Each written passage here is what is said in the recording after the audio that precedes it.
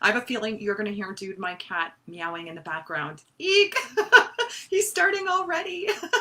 Hi everyone, it's Alicia here from Alicia Jones Healthy Living, and for over 14 years I've helped transform the health and the lives of women over 50 through fitness and weight loss strategies. We are officially 4 days away from starting the 7-day starter strength training and slim down challenge. I am so excited. It's so close. September 1st is the time I will be coming on live every day at 12 p.m. Eastern time. A lot of you have been asking, can I join or ask questions and then watch the lives later? You absolutely can. Each and every one of those lives will be posted inside of here. Also, check your email box because I have sent out an email yesterday about all the frequently asked questions so that you can start getting prepared and excited for this amazing challenge. I know this will be life-changing. At least for me, I love doing this challenge live and making sure that you have a coach there with you every step of the way. But before we go on to this strength training challenge, which by the way, if you haven't joined yet, you still can. Go to aliciajoneshhealthyliving.com/start now. I will place the link inside of the comments description section so that you can get that. But before we've even gone there, today we're talking about joint pain, muscle pain, and for some of you, getting sick or feeling sick when you start a new workout plan. Because this is such a great lead-in to the challenge. If you can tackle this and make sure that this time you start and you stay pain-free, no joint pain, no muscle pain, that you feel really good and strong, maybe a little bit in the muscles, but that good feeling like you've done something only, then that is what we are looking for. So I'm going to ask you two big questions. One, has joint pain or injury occurred, or even muscle pain been really severe since you've tried to start a new workout plan? And or has this also stopped you from completing a workout, so you've had to actually stop? If you've answered yes, you are not alone. That is really common, especially over 50, because the workout rules do change. Hormones change. Recovery rates are changing. We have physiological changes that are occurring, and of course, the ever so fabulous, that's me being sarcastic by the way, arthritis, right? We've got osteo and rheumatoid arthritis. So we're going to go through all of that. We're going to, oh my goodness, I got too excited there. Sorry.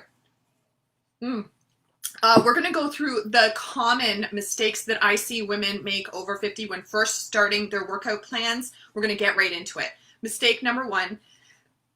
Sorry guys, we have a lot of construction going on in our area, so there's a lot of dust right now, which I have found out I'm very allergic to, so I'm just going to get my second water bottle for a second. We're going to go on to number one. Sorry about that. Okay, so the number one mistake that I see time and time again when women are starting out and they feel this joint pain, this excessive muscle pain, or they get sick easily, is that the intensity is too much too soon. They're doing too much too soon. And usually it's not even on purpose. There are some that feel like, years back I was able to do this amount, so I should be able to do that now, and that's why they try and push through.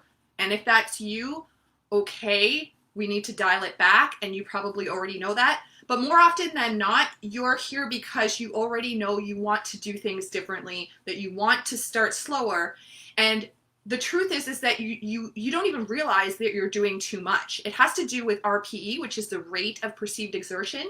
And when you do cardio workouts, you tend to know this. So if this sounds like you, give me a yes. When you do a cardio workout, you feel huff and puff. You can feel your temperature rising. You feel out of breath, and you know that you've done something. If I asked you right now on a scale of 1 to 10, how hard are you working? And you were feeling all of those huff, puff, high temperature, heart rate going up, what would you tell me? You'd probably tell me like, I feel a 10, right? That's what you probably say to me. But when you're lifting weights, when you're doing weight training, a lot of times there isn't that same connect, because you're not feeling out of breath when you're doing a bicep curl. You're not feeling your heart rate rise too much, maybe a little bit. What you do feel all of a sudden is just like, oh, okay, I can't lift that weight anymore. That's the end of it. So you put the weight down. The problem is that physiologically, your body won't tell you that it was too much until 24 to 48 hours afterwards. This is known as delayed onset muscle soreness. So what happens is that you wake up the next day thinking, wow, I had a great workout. I could do it all. And when you wake up, you go into the washroom, try and lift your arms to brush your hair back, and you can barely move them. Inside of the joints, they are also affected. They become inflamed. Worse yet, the cartilage becomes inflamed. So what is the solution then? Because if you don't realize that you have this rate of perceived exertion, you could say, I'm barely doing any work at all. Then what do you do? When you start a weight training program and you have not been doing anything for a long time, take the amount of weight you feel comfortable lifting and cut it down to about 1/3 of that intensity. Cut it down to about 1/3 and do that set of weights. So if, for example, if you are in the 7-day starter strength training and slim down challenge, on day 2 when we're doing the weight training workout, cut the amount of weight you feel that you can lift down to about 1/3 of that capacity. That allows your body to adapt and for you to figure out whether actually that there was a disconnect between the rate of perceived exertion or whether that really was the right amount of weight for you. If you wake up the next day, you are 100% totally fine, great. Add a little bit more just so that you feel that you've done something. You don't go crazy though, just a little bit. And that also allows your joints and the cartilage, especially in between the joints, as well as the muscles, to slowly adapt to the workout. So that's number 1. Number 2, I do have them written down. Number 2, you're not taking enough time off in between workouts. So if you're just starting with your workouts, or if you're walking every day, that's great. But if, for example, you are adding on to your workouts right now, you keep on adding on, you add on more steps to your current walk, you're adding on more days of exercise, you're already running, and then on top of it, you add on your weight training. The issue with this is that every single day you're doing something and you're not allowing your body to recover from the new type of workout that you're doing. And you actually increase your strength, you increase your metabolic rate, and you create your lean muscle on recovery days, especially over 50, because recovery rates, they change with age as well. So it is so important to take that time off.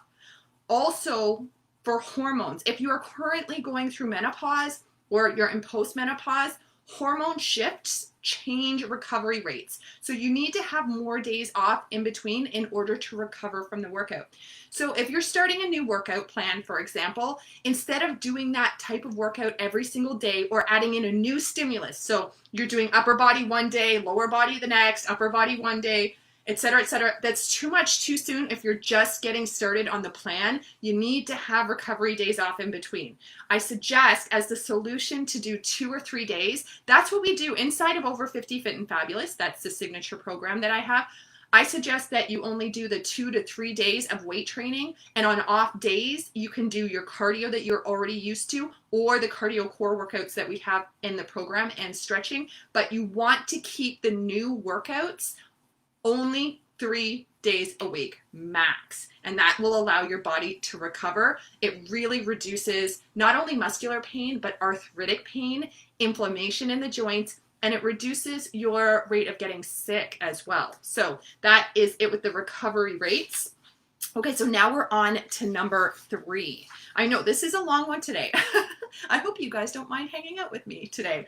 The next one is the duration of your workouts. So the length of your workouts. There is this big preconceived notion that especially when it comes to weight loss, by the way, that the more steps you do, the longer you exercise, the more time throughout the day you exercise, the more weight you'll lose, the healthier you'll become, the fitter and stronger you'll be. And that is just not the case. It is specifically even harder for pain on the joints and on the muscles if you are one of these 2 situations. One, you have a demanding life. So maybe you've got a demanding job on top of you're the main caregiver of maybe your parents, or you're the main caregiver in the house as well. So you've got all of that going on at the same time. So you're in a high stress situation and you are going through menopause or you're post-menopausal.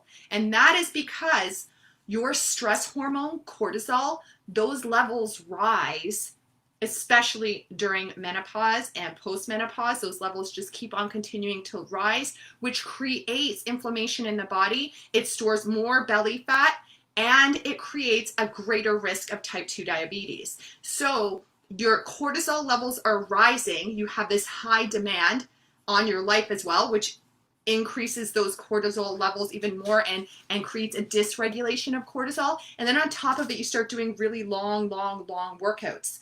See, when you do long workouts, what happens is the cortisol levels rise and rise and rise. And so what you're actually doing is you're taxing a system that's already taxed. You're going to create more pain and more inflammation and fatigue as well as weight gain. The second type that is really common for the long workouts that it's actually a big mistake to create long workouts for is if you have arthritis. So for example, if you're increasing the length of your walks, you're continually doing repetitive motion on the joint over and over and over again. And that repetitive motion increases the inflammation inside of the joint. Plus, the long workouts will also feel much more fatiguing because with pain, the sensation of pain that's creating metabolic physiological changes inside of your body increases fatigue rates by up to 50% more in your body, which means you're going to get tired a lot faster. So cut back the time on the workouts. If you have a high demand life, then do 45-minute workouts or less. And if you have arthritis, do a 45-minute workout or a 30-minute workout. Just make sure that it doesn't hit the same joint over and over again. So for example, if you're doing weight training, you can do a leg exercise and then an upper body, maybe your biceps, then you can do your back, then you can do another lower body. So you're switching it up enough that your joint is not repetitively hit over and over and over again. It will also increase your energy rates and reduce fatigue. Okay, so now we're on to the number 4, the big mistake that I see. This is actually a big one. If you currently change your nutrition, so you're changing the nutrient levels you eat, you're changing your nutrition, and starting a new workout. So you're doing both at the exact same time. And this is really common, especially if one of the goals is weight loss, right? So usually it's like, okay, well, I'm going to cut back on my portions and I'm going to start a new workout plan. I'm going to cut out carbs and I'm going to start a new workout plan. Or I'm going to cut back on my calories, really reduce my calories and do a new workout plan. And so what ends up happening is if that nutrition plan works for you, if you feel really good on it, no matter how much you're cutting, then that's great because that's the main point, right? You've got to feel really good. But all too often what I end up seeing is that people cut things out. So they're cutting out their calories, they're cutting out carbs, or they're cutting out a certain amount of nutrients. And that actually depletes the amount of nutrients you get in a day, plus add on a new workout that actually has a higher nutrient demand on the body. And then add the final point that over 50, it is harder to absorb nutrients. So you've got a 3 double whammy on top of it, cutting out those nutrients, not able to absorb the nutrients, and at the same time you're adding in a new workout that needs more nutrients, and this usually creates major muscle pain. Usual muscle pain, injury, because the glycogen stores, which are the carb stores inside of the muscles, they have depleted or they're very low, so the muscle doesn't contract and elongate properly. Inflammation occurs and joint pain occurs. So it is so important to make sure that you are eating each of the food groups and as much nutrients as you can. Anytime you take a look at your plate, you say, this is as nutrient dense as I can get.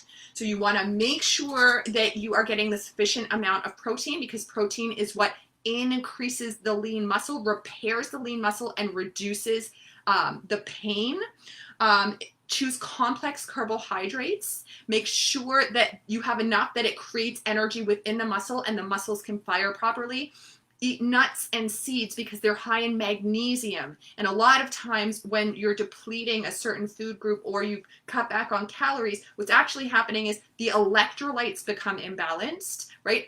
Also, if you're trying to drink a lot more water, electrolytes become imbalanced. So it's so important to replenish them. Magnesium will reduce muscle cramps at the same time as you're going to make sure that your muscles are working smoothly and pain-free. Okay, so that is it. Just to recap the 4 points once again, the intensity is too much too soon. Just do 1/3 of the amount of the weights that you think you feel comfortable doing, just at first to see how it goes. Number 2, if you're not, what, you are taking enough time. Oh yeah, you're taking, I did write notes for this. You're not taking off enough time in between your workouts. So make sure to get those recovery days in, especially if you're starting a new workout because recovery rates shift. You want to make sure as well that the duration of your workout is 45 minutes or less, especially if you have arthritis or you're going through a high demand stress situation at this moment. And make sure that you are not cutting out any specific nutrients. You need nutrient dense. Every time you look at your plate, ask yourself, is this filled with the highest amount of nutrients I can get? The more nutrient dense your food is, usually it often offsets and becomes lower calories anyways. Okay, I hope that really helps. I hope that helps reduce your pain. I really want you to get through all of the workouts to be able to find that fitness magic that creates increased strength, optimal health, and weight loss over 50. Let me know if these strategies work for you. Okay, I will see you guys very soon. Next week is the start of the 7 Day Starters Strength Training and Slim Down Challenge. See you soon. Bye.